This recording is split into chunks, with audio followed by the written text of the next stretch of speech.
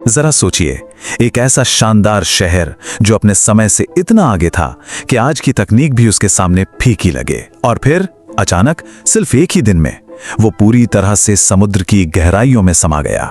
नमस्कार। एक इतिहासकार के तौर पर आज हम इतिहास के सबसे पुराने, सबसे उलझे हुए कोल्ड केस की फाइल को दोबारा खोल रहे हैं।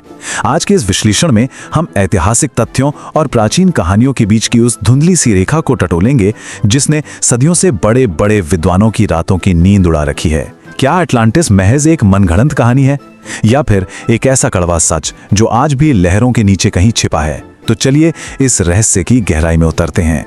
किसी भी अच्छी जांच की शुरुआत सबूतों से होती है, राइट? तो चलिए हम भी एग्जिबिट ए यानी अपने मुख्य गवाह से शुरुआत करते हैं।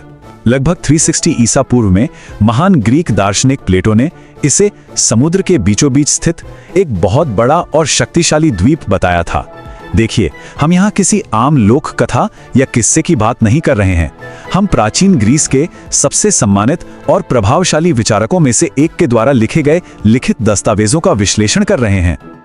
अब इससे पहले कि हम नक्शे निकालें और भौगोलिक प्रमाणों की तलाश शुरू करें, हमें यह समझना होगा कि आखिर हम किस तरह की सभ्यता को ढूंढ रहे हैं। अटलांटिस कोई साधारण प्राचीन शहर बिल्कुल नहीं था।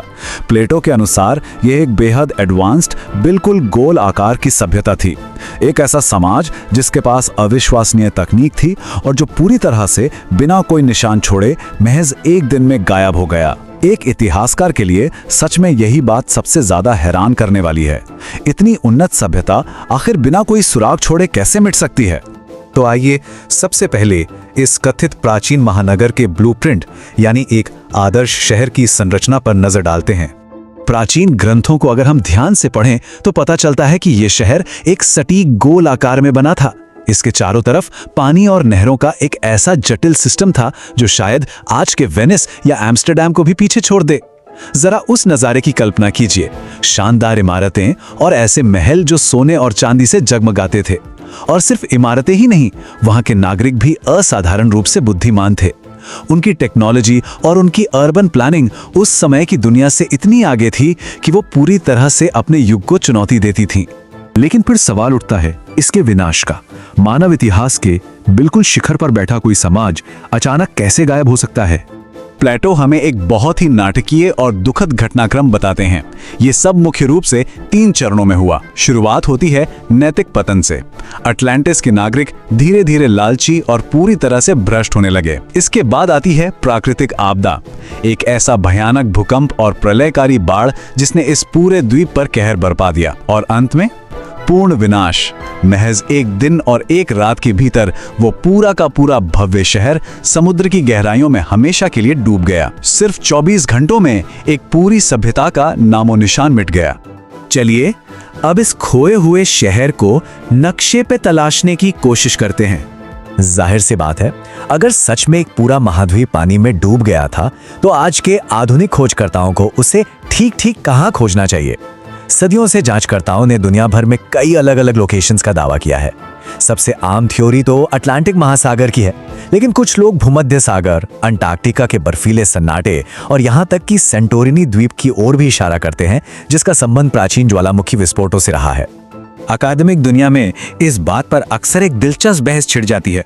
एक तरफ हमारे पास अटलांटिक महासागर है, यानी प्लेटो के शब्दों की बिल्कुल पारंपरिक और शाब्दिक व्याख्या जो इसे समुद्र के बीचों बीच एक विशाल द्वीप मानती है।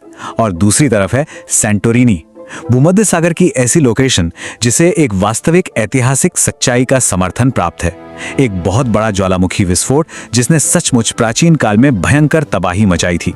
बहस इसी बात पर है कि क्या हम प्लेटो की बातों को हूबहू सच माने या फिर अटलांटिस की कहानी को किसी असली ज्वालामुखी घटना से जोड़कर देखें। और यहीं से हमारा ये विश्लेषण एक नया मोड़ लेता है। पुरातत्व विज्ञान बनाम फिक्शन। देखिए, वैज्ञानिक सहमति और इस कभी न खत्म होने वाले रहस्य के बीच एक बहुत गहरा अंतर है।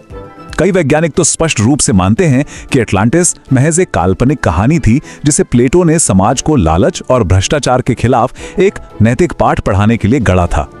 लेकिन दूसरी तरफ वो अनसुलझा रहस्य है। समुद्र के नीचे कुछ ऐसी अजीबोगरीब पुरातात्विक खोजें हुई हैं जिन्हें विज्ञान भी पूरी तरह से समझ नहीं पाया है। और शायद यही वजह है कि हजारों सालों के बाद भी आधुनिक अन्वेषक आज भी इस खोए हुए शहर की पागलों की तरह तलाश कर रहे हैं। अब जब रहस्य इतने गहरे हों तो कुछ अजीबोगरीब थ्योरीज का आना तो लाजमी है, जैसे कि क्या अटलांटिस की ये एडवांस टेक्निक एलियंस के पास से आई थी? कुछ आधुनिक विचारकों का तर्क है कि उस युग में इतनी उन्नति बाहरी दुनिया की मदद के बिना संभव ही नहीं थी। सुनने में ये पॉप कल्चर के लिहाज से बहुत आकर्षक लगता है ना? लेकिन हमें निष्पक्ष होकर तथ्यों को देखना होगा। अकादमिक और वैज्ञानिक समुदाय बिल्कुल स्पष्ट करता है कि इस दावे का कोई भी बिल्कुल शून्य ठोस प्रमाण मौजूद है। तो चलिए एलियन थ्योरीज को किनारे रख देते हैं और वापस जमीनी पुरातत्व विज्ञान पर लौटते हैं। यहां एक बहुत ही बुनियादी और महत्वपूर्ण फोरेंसिक सवाल खड़ा होता है। अगर एटलांटिस वाकई में तकनीकी रूप से इतना ज्यादा उन्नत था, तो आज तक उसका बिल्कुल एक भी निर्विवाद भौतिक प्रमाण क्यों नहीं मिला? इतने विशाल शहर का कोई एक खंबा, कोई एक बर्तन या कोई एक छोटा सा टुकड़ा भी समुद्र से बाहर क्यों नहीं आया? सच कहूं तो एक इतिहासकार के रूप में यही वो सवाल है जो सबसे ज्यादा खटकता है। कुल मिलाकर एटलांटिस की विरासत आज भी दो बिल्कुल अलग विचारधाराओं के बीच झूल रही है। एक तरफ ये एक खोया हुआ इतिहास है, एक असली पानी में डूबी हुई सभ्यता जो शायद आज भी आधुनिक विज्ञान द्वारा खोजे जाने का इंतजार कर रही है, और दूसरी तरफ ये एक शक्तिशाली मिथक है, एक बेहतरीन दार्शनिक कहानी जिसे बड़ी ही चतुराई से इसलिए बुना गया था ताकि हम इंसान अपनी खुद की कमियों और अपने लालच के बारे में गहराई से सोच सकें। जैसे जैसे हम आज के इस विश्लेषण के अंत तक पहुंचते हैं, इतिहास हमारे सामने एक बहुत ही दिलचस्प और सोचने पर मजबूर करने वाला सवाल छोड़ जाता है। क्या वाकई में ये प्राचीन यूटोपिया आज भी महासागर की लहरों के नीचे कहीं अपनी कहानी सुनाने का इंतजार कर रहा है, या फिर अटलांटिस का सबसे बड़ा और सबसे सफल आविष्कार उसका ये कभी न खत्म होने वाला रहस्य ही है? आप क्या सोचते हैं? इस ऐतिहासिक सफर में मेरे साथ जुड़ने के लिए बहुत बहुत धन्यवाद। खोजते रहिए और सवाल उठाते रहिए।